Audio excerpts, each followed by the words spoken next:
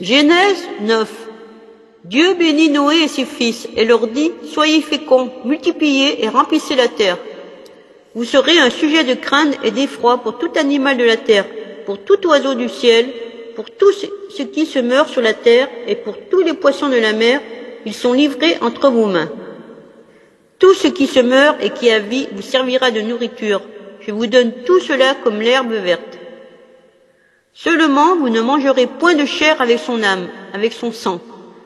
Sachez-le aussi, je redemanderai le sang de vos âmes.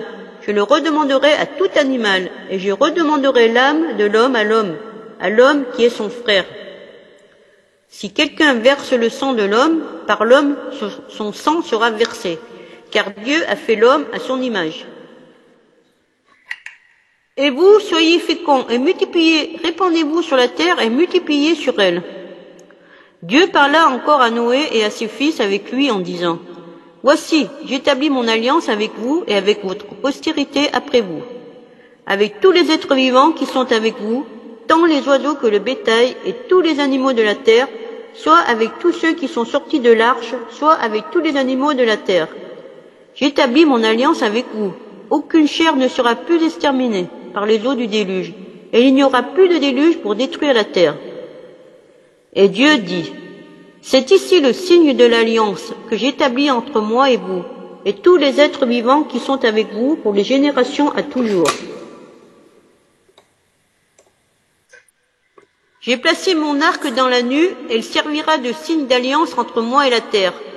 Quand j'aurai rassemblé les nuages au-dessus de la terre, l'arc paraîtra dans la nue, et je me souviendrai de mon alliance entre moi et vous, et tous les êtres vivants de toute chair, et les eaux ne deviendront plus un déluge pour détruire toute chair. L'arc sera dans la nue, et je le regarderai pour me souvenir de l'alliance perpétuelle entre Dieu et tous les êtres vivants de toute chair qui est sur la terre. Et Dieu dit à Noé, tel est le signe de l'alliance que j'établis entre moi et toute chair qui est sur la terre. Les fils de Noé qui sortirent de l'arche étaient Sem, Cham et Japheth. Cham fut le père de Canaan.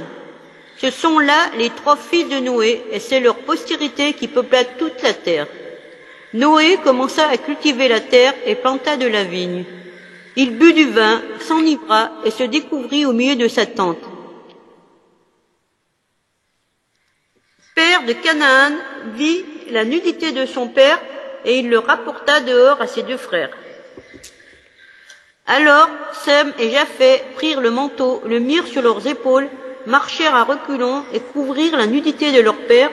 Comme leur visage était détourné, ils ne virent point la nudité de leur père. Lorsque Noé se réveilla de son vin, il apprit ce que lui avait fait son fils cadet. Et il dit, maudit soit Canaan, qu'il soit l'esclave des esclaves de ses frères. Il dit encore, béni soit l'Éternel, Dieu de Sem, et que Canaan soit leur esclave. Que Dieu étende les possessions de Japheth, qu'il habite dans les tentes de Sem, et que Canaan soit leur esclave. Noé vécut après le déluge 350 ans. Tous les jours de Noé furent de 950 ans, puis il mourut.